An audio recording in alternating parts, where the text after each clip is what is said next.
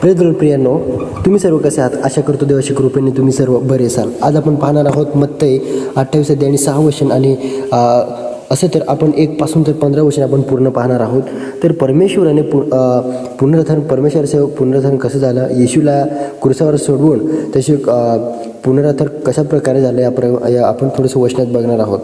पहिलं वचन म्हणत आहे, शब्बातानंतर 28 अध्याय पहिला वचन म्हणत आहे, शब्बातानंतर आठवड्याच्या पहिला दिवस उघडताच मगदलेला मरिया व दुसरी मरिया या कबर पाहायस आल्या. तेव्हा पहा मोठा भूमिकंप झाला, कारण प्रभू साधू स्वर्गातून उतरला. त्याने येऊन दोन एकीकडे लोटले आणि तेवर तो बसला. आणि त्याचे रूप विजेसारखे होते व त्याचे वस्त्र बर्फासारखे शुभ्र होते. तसे भयाने पहारेकरी थरथर कापल्याने मृतप्राय झाले. प्रियांनो, ज्या वेळेस देवाला म्हणजे येशूला कब्र ठेवण्यात आलं आणि परमेश्वर जो जिवंत उठला, जो मरून गेला होता, ज्याला खिळले होते, पण त्याच्यामध्ये सामर्थ्य देव त्याच्याबरोबर होता. परमेश्वर येशू बरोबर होता.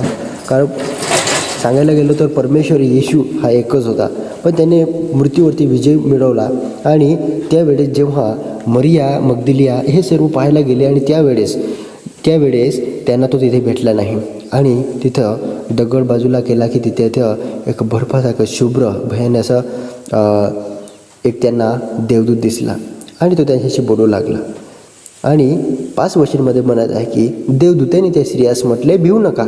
वधस्तंभावर खिळलेला येशूचा तुम्ही शोध करत आहात, हे मला ठाऊक आहे. प्रियांनो, देवाला ठाऊक आहे, कारण ते येशूचा शोध करीत होते. आणि 6 वचनमध्ये म्हणत आहे, तो येथे नाही, कारण त्याने सांगितल्याप्रमाणे तो उठला आहे. आणि या तो निजला होता ते हे स्थळ पहा.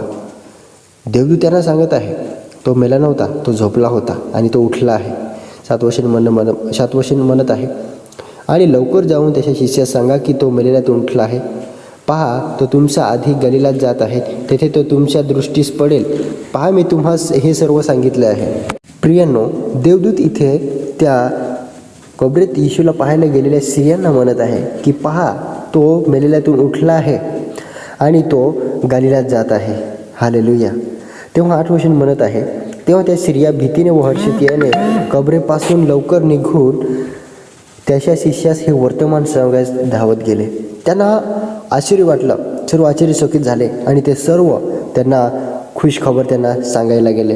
प्रियांनो, 9 वचन सांगत आहे, मग पहा, येशू त्यास भेटून म्हणाला, कल्याण असो. त्यांनी जवळ जाऊन त्यांचे चरण धरण नमन केले. Praise the Lord. 10 वचन म्हणत आहे, तेव्हा येशूने त्यास म्हटले, भिवू नका. जा, माझ्या भावास सांगा की मी त्यांना गायला जावे, तेथे मी त्याच्या दृष्टीस पडेन. Praise the lord. देव सांगत आहे की तुम्ही तिथं जा आणि मी तुम्हाला तिथं दृष्टीस पडेल. हालेलुया. 11 वचन म्हणत आहे, त्या जात असता पहा, पहारेकऱ्यातील कित्येकाने नगरात जाऊन झालेलं वर्तमान मुख्य याजकास सांगितले आणि सर्वांना सांगितले. आणि 12 वचन मध्ये, तेव्हा त्यांनी वडिलांनी मिळून मसलत केली आणि शिपायास पुष्कळ पैसे देऊन सांगितले की आम्ही झोपेत असताना त्याच्या शिष्याने रात्री येऊन चरून नेले असे म्हणा. आणि ही गोष्ट सुभेदाराच्या कानावर गेली तर त्याच्या समजूत घालून तुम्हाला निर्दस्त करू. मग पैसे घेऊन शिकवल्याप्रमाणे केले आणि ही गोष्ट यहुदी लोकांमध्ये पसरवण्यात आली. ती आजपर्यंत चालू आहे. Praise the Lord. देवाचं वचन प्रिय, देवाचं वचन सत्य आहे. परमेश्वर पुन्हा तो उठला आहे.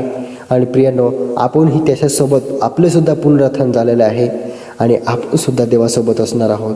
आणि परमेश्वराने या जगावरती विजय मिळाला आहे प्रियांनो, आणि आपलासुद्धा विजय झाला आहे.